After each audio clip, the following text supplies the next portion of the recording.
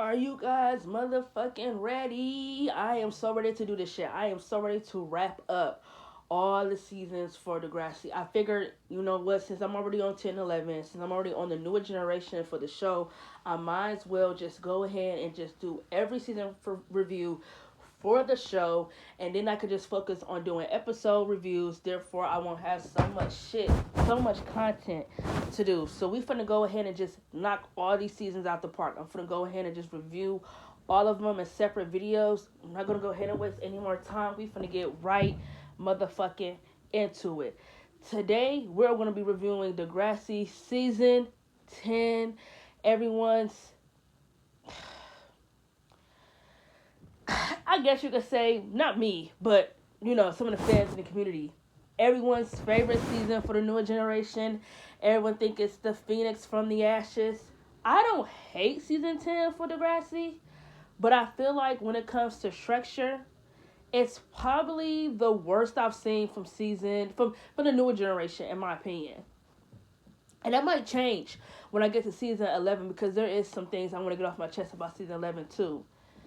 I think with season 10,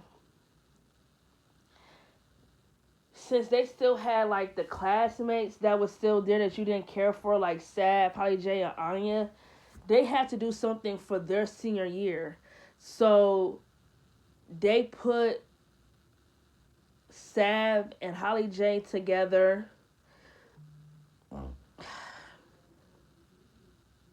How am I trying to say this?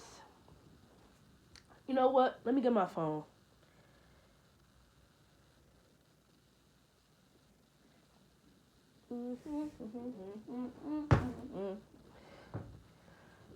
Let me see, because I think season 10 for Degrassi had like, what, 45 fucking episodes, if I'm not mistaken? Let's see, Degrassi,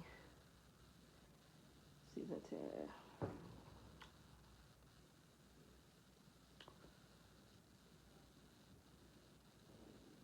44. Okay, whew, this is a god awful long season.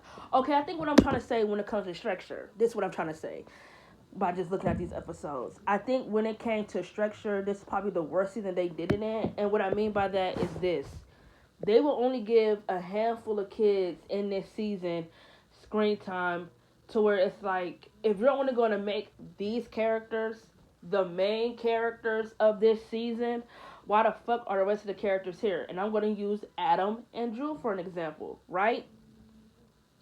Drew's character really started off with a bang in this season, but then it's like, once the Riley shit was over with and his relationship with Allie was done, they were so quick to put him in a relationship with Fiona. Why? For what? I don't know. Fiona is definitely one of those characters in this season who got a lot of fucking material.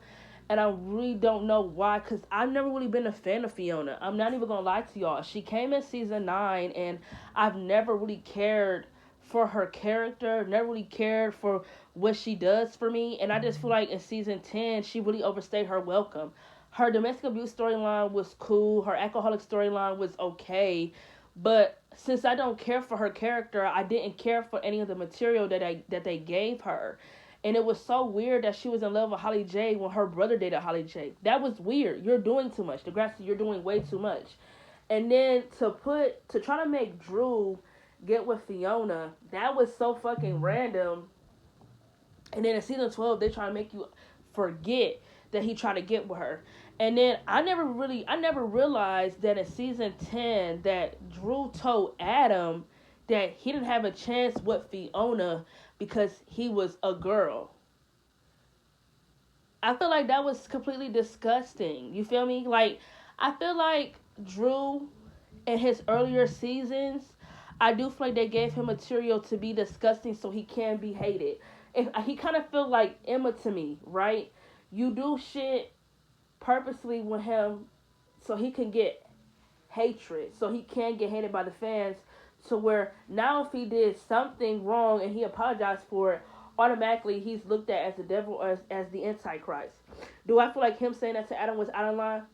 Fucking absolutely. But for some reason, Degrassi had an obsession with making Drew and Adam like the same girls, so that of itself was fucking disgusting. Why is Drew and Adam crushing on the same bitch? That's weird.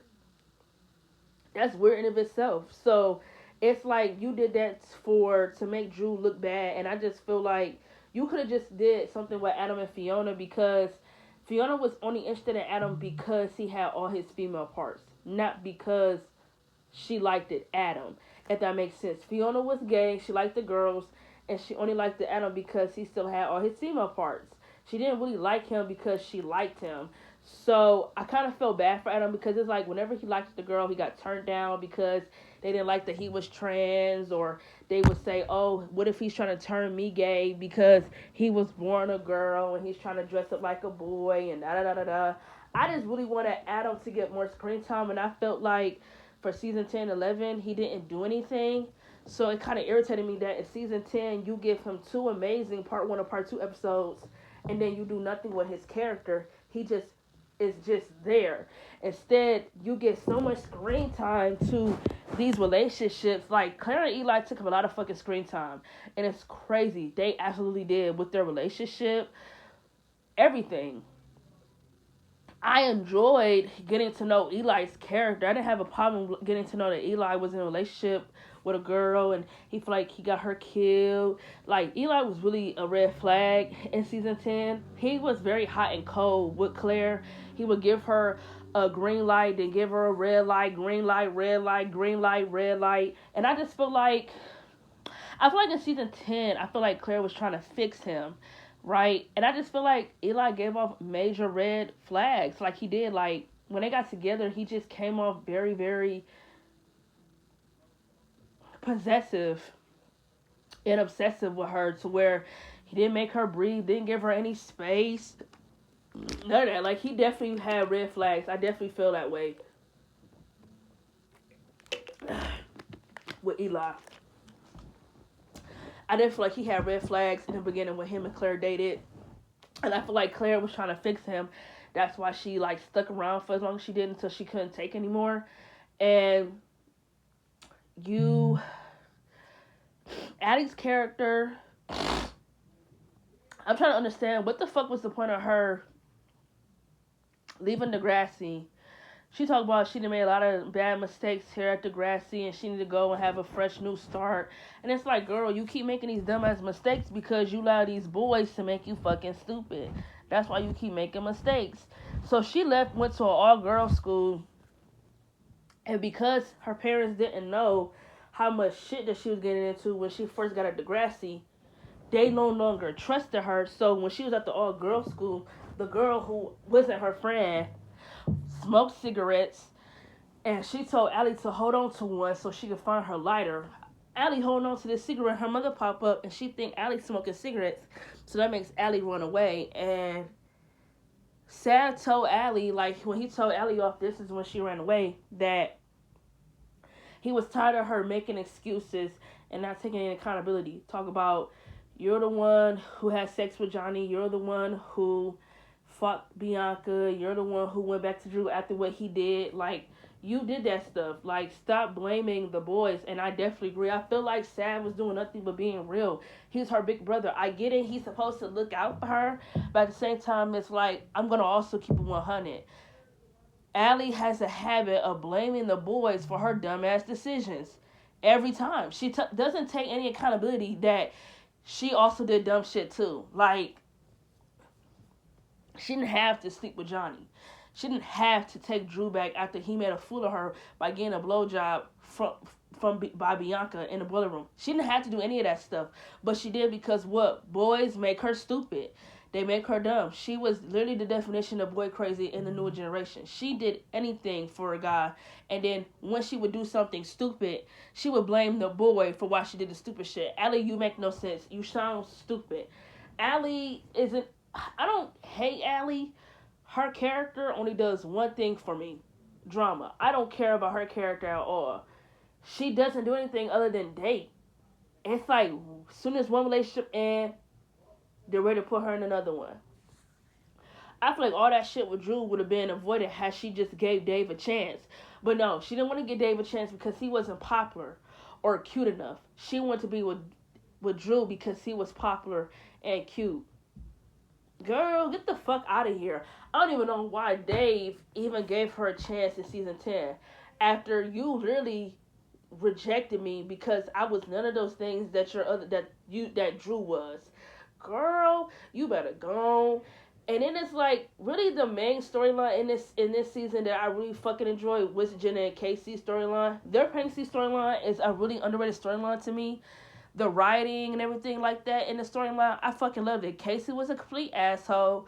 I would never forget how the mama invited Jenna to the fucking dot to scream at her for saying you were gonna keep a baby in high school. It's like, girl, you serious? You gonna scream at the bitch who carrying the baby while your son has done nothing to help, ain't done nothing, ain't find no job, no nothing. And his excuse is because I told him I was late. Casey's excuse for not wanting to help Jenna or not wanting to be involved is because she told him too late that she was pregnant before they could get an abortion or any of that shit. It's like, are you serious? Mom, you're yelling at the wrong person. You should be telling your fucking son to step the motherfucker up. Regardless if I told the whole world I was pregnant over the news or whatever, it shouldn't matter. Off top, you should have been asking him why the fuck did he not say anything, and you should be asking him, are we keeping it? If so, why the fuck you ain't doing nothing to prepare for this child? She was yelling at the wrong person when she found out that Jenna was pregnant. Instead, you're yelling at the pregnant girl. Girl, of course I'm keeping this child. I'm not finna get an abortion so I can make Casey's life better because he don't want to be a motherfucking parent. It's too late. I'm already far enough in this pregnancy. He might as well just step the fuck up and be a dad, or he could do what he's been doing. Leave me the fuck alone. Simple as that. Very fucking simple. Like, are you kidding me? I can't believe his mama yelled at her. Man, get the fuck out of here. Their pregnancy storyline was probably the most thing I enjoyed in season 10. This season was just too long and didn't really capture my interest. And I'm not gonna lie, I was one of those fans who first watched the season was like, oh, okay, this is definitely given. But after as many times I didn't go back and watch season 10, it's alright. It's okay. Like, it's okay. It ain't the cream of the crop. It ain't the rise of the phoenix. It's none of that shit.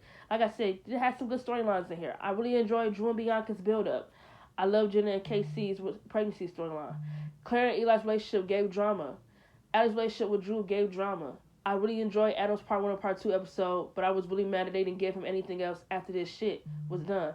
Season 10 did have some good episodes for the most part that I can't go back and watch, but I feel like this season altogether, I'm going to give it a 7 out of 10 just because it's very fucking long. And for the most part, if you weren't like the other class, like Claire's class, I feel like if they weren't on my screen, I did not care about Sav, I didn't care about Holly J, Anya, Fiona, I didn't care about any of them.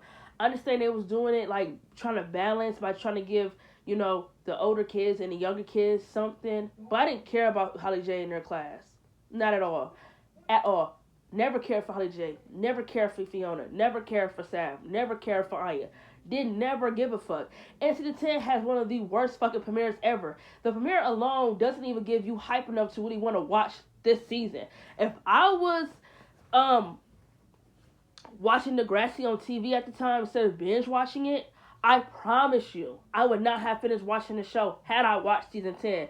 Because A, it's long as fuck, and B, the premiere was fucking boring. But that's all we gotta say about the season 10 premiere. I don't really have too much to say because, like I said, it's not really one of my favorite seasons for me to say a lot. I could just say this season is cool, and if you are a fan out there who likes season 10, by all means, like it. Me personally, not a fan of it all that much. This is my season 10 review. I'm giving it a 7 out of 10. Be mad, don't be mad, catch you guys in my next video.